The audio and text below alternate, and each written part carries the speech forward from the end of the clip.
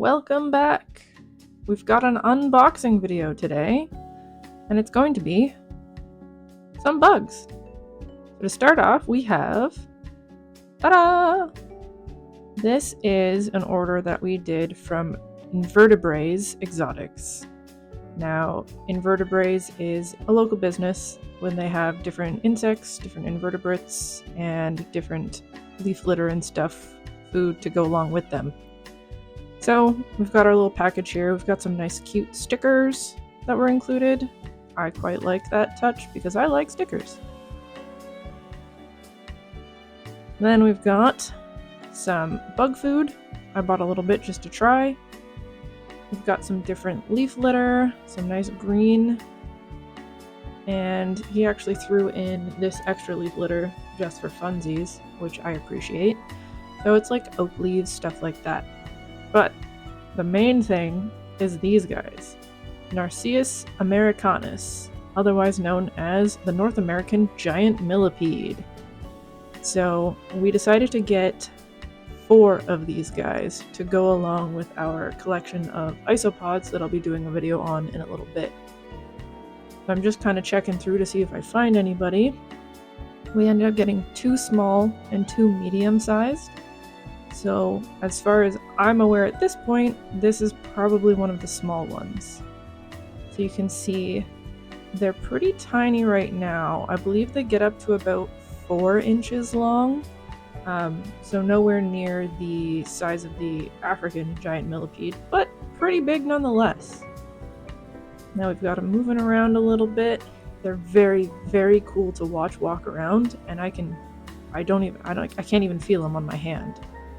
He's so light and dainty, and despite having all those legs, I can't really tell he's there. So, yeah.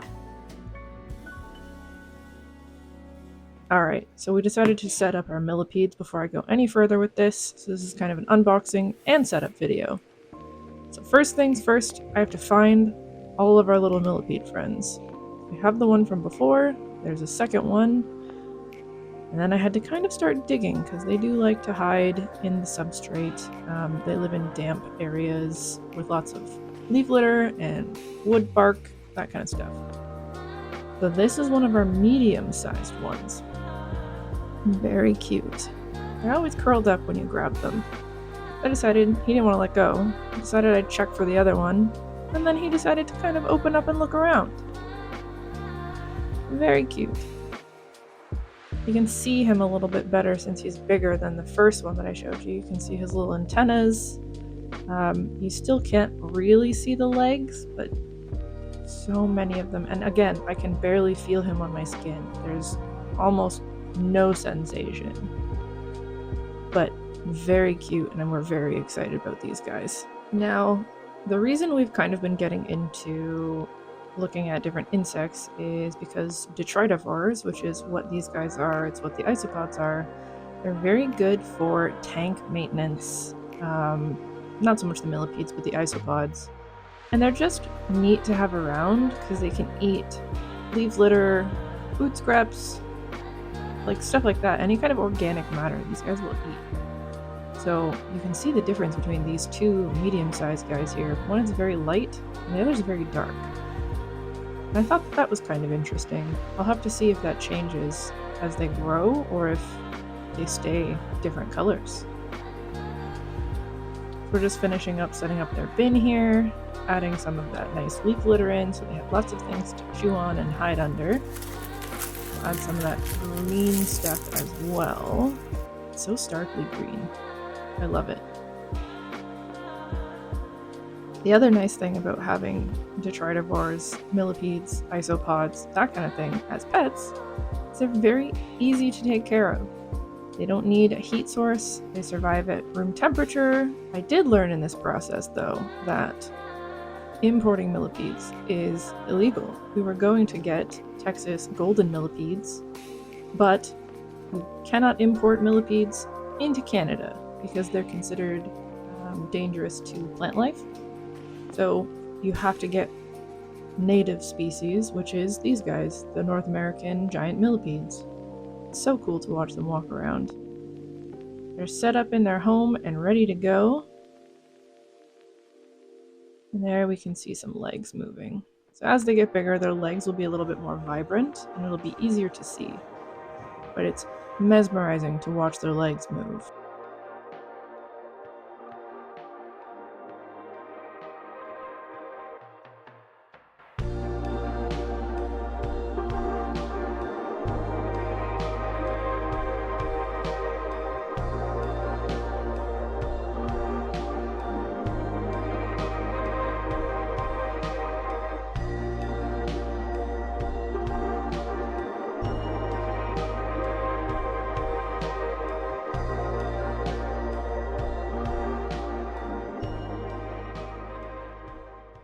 Next on our bug list is this package here, and this package came in from Ontario Invert Farm.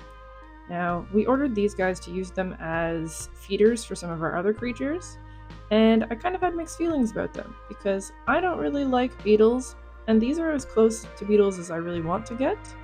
These are Suriname cockroaches.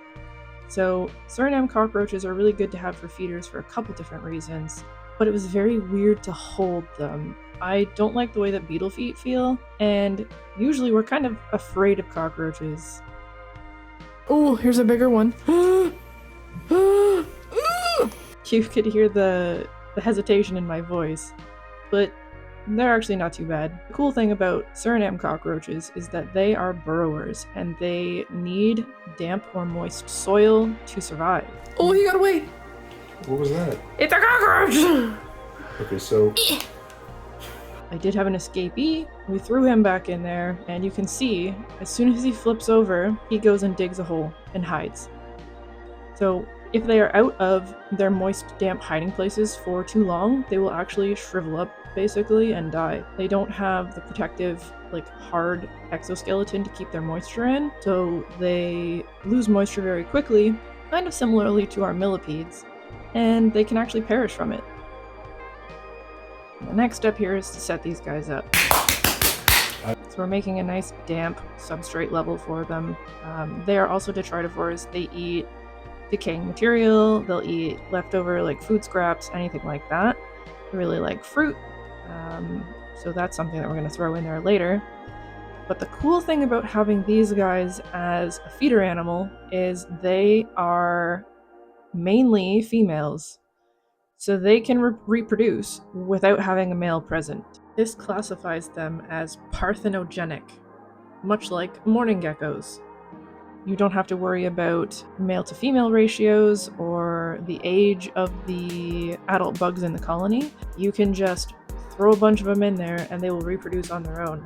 When I looked it up, it kind of takes about 30 days between when they have their babies first time and then when they can actually have babies again. And they live for almost a year, so you're getting quite a good number of babies out of these guys. You can see here we found kind of a cool one that was molting, and this is its skin that it's molted out of. So you can see, it's very thin. They need that moisture to survive. Those guys are ready to go. Now, there is a reason that we got all these guys.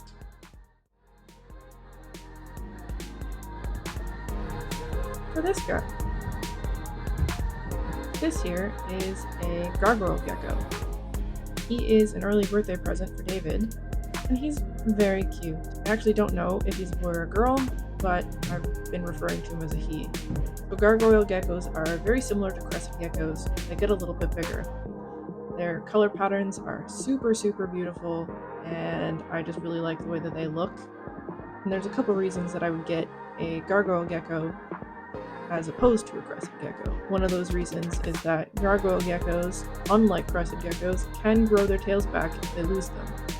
And I just find that they look a lot better having tails, so we chose a gargoyle gecko. Now, gargoyle geckos, like crested geckos, like to jump.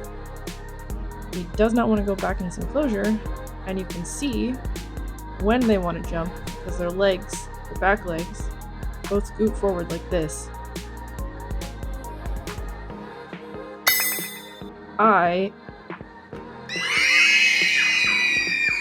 Didn't think he was gonna jump that far. But he did. They're very, very agile. They're kind of dumb, but they're really fun to have around. They're really, really good pets. And again, it's an easy beginner pet because it doesn't need a heat source. They do well at room temperature. 70s is probably the best for them. And they don't really need UVB. They eat gecko diet, so you don't really need to have live feeders around, but they're good to have just in case. So in a roundabout way, that's why we have the cockroaches.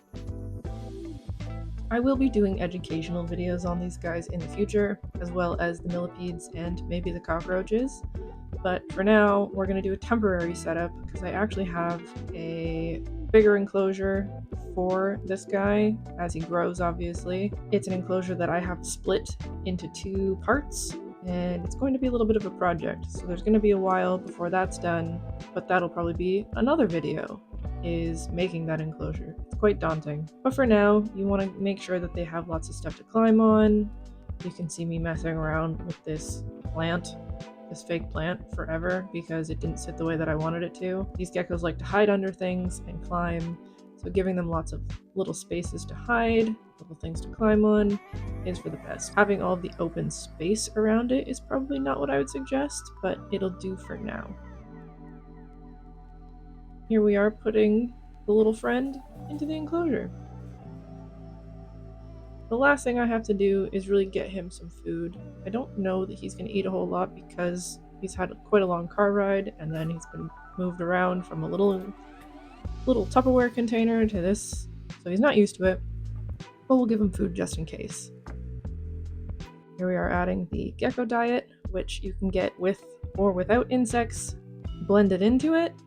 It's super easy. It's a powder you just add water to, so these make really good starter pets for if you want an exotic animal but you don't want it to be a lot of maintenance. That's all I have for you guys this week. It was an eventful week as far as getting animals in and setting things up and making sure that everybody's doing well, which everybody is. I added a couple more plants to the gecko enclosure just to give them some more hiding spots. But thank you guys so much for watching the video. I'm really enjoying making these and learning in the process, and I hope that you guys are enjoying the videos too. I'm trying to make them better and better each time. Sometimes I'm sure they're not as good as they could be, but I'm learning how to do videos in the process of learning how to do animal stuff. If there's anything you guys want me to do a video on, please feel free to let me know in the comments. Leave a like, subscribe, that way you can see when I make new videos. And thank you again for watching. I will see you guys in the next video.